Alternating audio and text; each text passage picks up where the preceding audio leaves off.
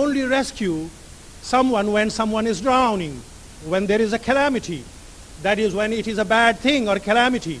We can do good in the presence of evil or in the absence of good. We can then replace evil or the absence of good with good.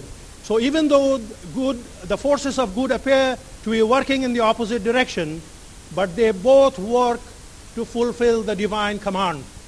And they are both necessary for the spiritual development of man. Allah Ta'ala says, كُلُّ نَفْسٍ ذَائِقَةُ الْمَوْتِ كُلُّ نَفْسٍ ذَائِقَةُ الْمَوْتِ وَنَبْلُوكُمْ بِالشَّرِّ وَالْخَيْرِ فِتْنَةً وَإِلَيْنَا تُرْجَعُونَ.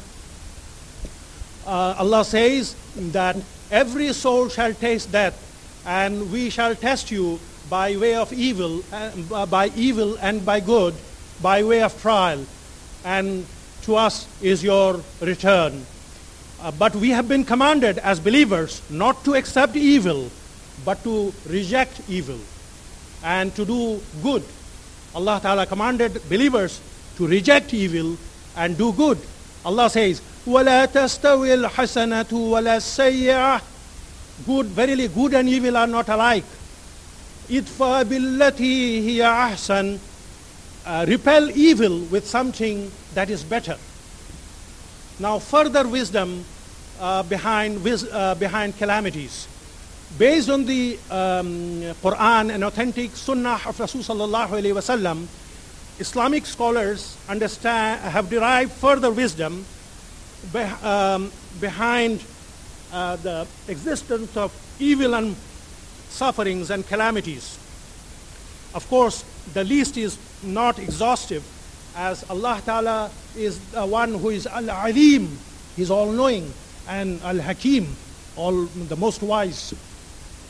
The first wisdom is calamities and afflictions cause people to remember Allah. Human beings tend to forget Allah when they are prosperous, and only remember Allah when they are afflicted with suffering. So Allah Ta'ala afflicts us with sufferings so that we might turn to Him for help and seek His grace. Quran gives the example of a sheep. When the sheep is smooth sailing, the occupants do not remember Allah. But when a violent wind threatens to capsize the ship,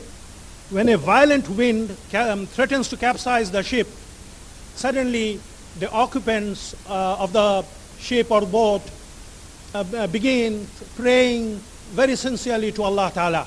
Allah says, رَبُّكُمُ الَّذِي يُجْزِي لَكُمُ الْفُلْكَ فِي الْبَحْرِ لِتَبْتَغُوا مِنْ فَضْلِهِ إِنَّهُ كَانَ بِكُمْ رَحِيمًا وَإِذَا مَسَّكُمُ الضُّرُّ فِي الْبَحْرِ ضَلَّ مَنْ تَدْعُونَ إِلَّا إِيَّاهُ فَلَمَّا نَجَّكُمْ إِلَى الْبَرِّ أَعْرَضْتُمْ وَكَانَ الْإِنسَانُ كَفُورًا. Allah says, your Lord is the one who makes the ship sail smoothly for you in the sea, so that you might seek His grace, as He has been most merciful to you.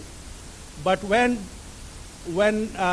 distress seizes you in the sea, you cry out to no one but Him.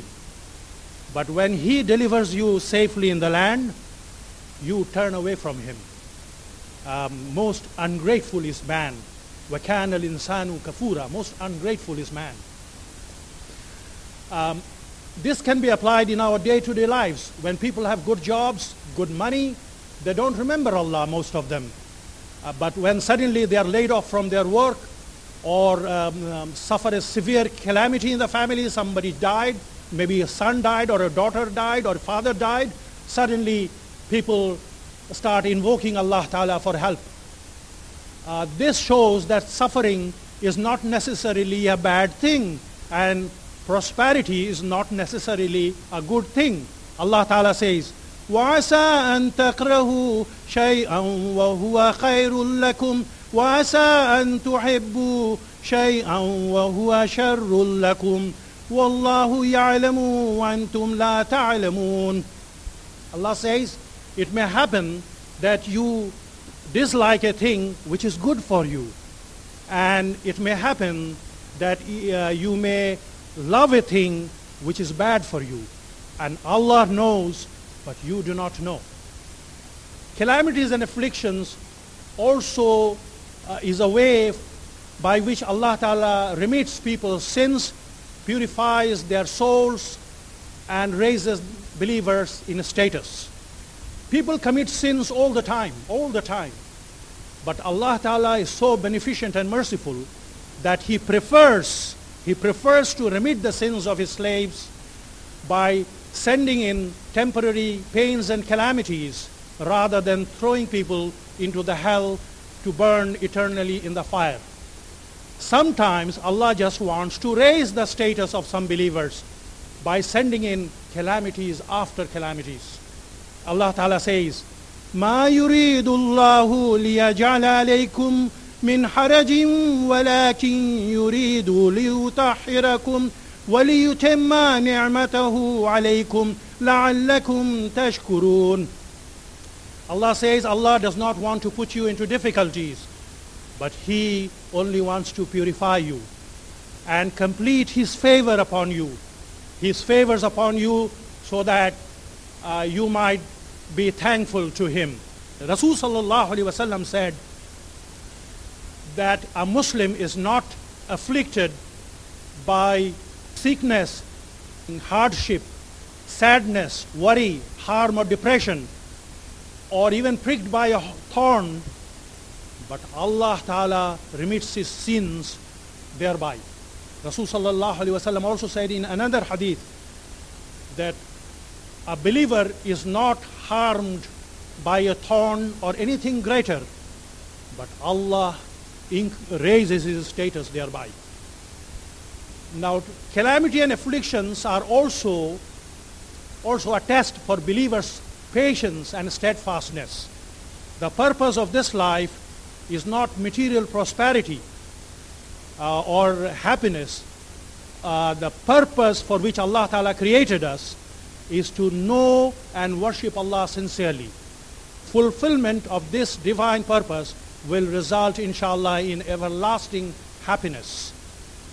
But in the meanwhile, Allah Ta'ala has decided to test His slaves' degree of faith, his truthfulness, His sincerity, His patience and steadfastness.